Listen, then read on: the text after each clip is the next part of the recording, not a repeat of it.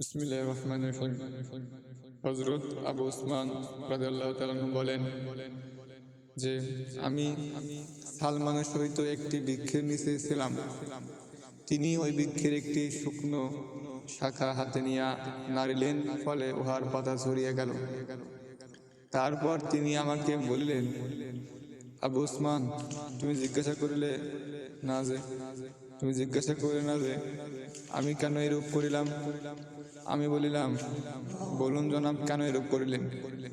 তিনি আমাকে বললেন, একদা আমি হুজুর সাল্লাল্লাহু আলাইহি সাল্লামের সহিত একটি বৃক্ষের নিচে অবস্থান করছিলাম। তিনি বৃক্ষের একটি শাখা হস্তে ধারণ করিয়া এভাবে নাড়াচাড়া করিলেন, যার ফলে উহার পাতাগুলি ঝরিয়া পড়িতে লাগিল। তারপর হুজুর সাল্লাল্লাহু আলাইহি সাল্লাম বললেন, হে সালমান, আমি কেন এমন করিলাম তা তুমি আমাকে জিজ্ঞাসা করিলে না? আমি আরজ করিলাম, হুজুর সাল্লাল্লাহু আলাইহি সাল্লাম, বলুন কেন এমন করিলেন?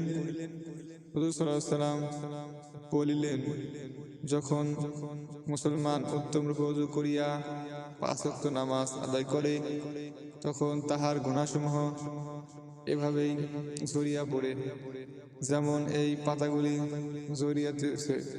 অতঃপর তিনি কোরআন শরীফের আয়াত পাঠ করিলেন, আকিমিস সালাতা ফাতারাফিন নাহার পাঠ করিলেন, যার অর্থ এই যে দিনের উভয় প্রান্তে অর্থাৎ সকাল ও সন্ধ্যা এবং রাত্রেও একাংশ নামাজকে কায়েম করো।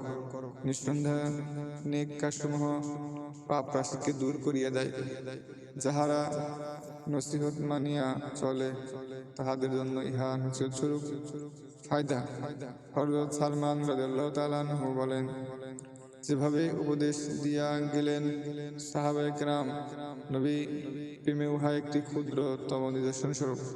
যখন কোনো ব্যক্তি কাহারও প্রেমে আসক্ত হয়, তখন মাহবুবের প্রত্যেকটি অঙ্গ বিনয় তাহার ভালো লাগে।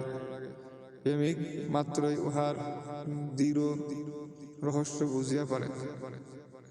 সাহাবায়ে কেরাম রাদিয়াল্লাহু তাআলা আনহু হুজুর পাক সাল্লাল্লাহু আলাইহি ওয়াসাল্লামের পবিত্র বাণী উল্লেখ করিবার সময় প্রায় এমন সব অঙ্গভঙ্গি করিতেন, যেসব অঙ্গভঙ্গি সহকারে স্বয়ং হুজুর সাল্লাল্লাহু আলাইহি ওয়াসাল্লাম উক্ত বাণী প্রদান করিতেছিলেন।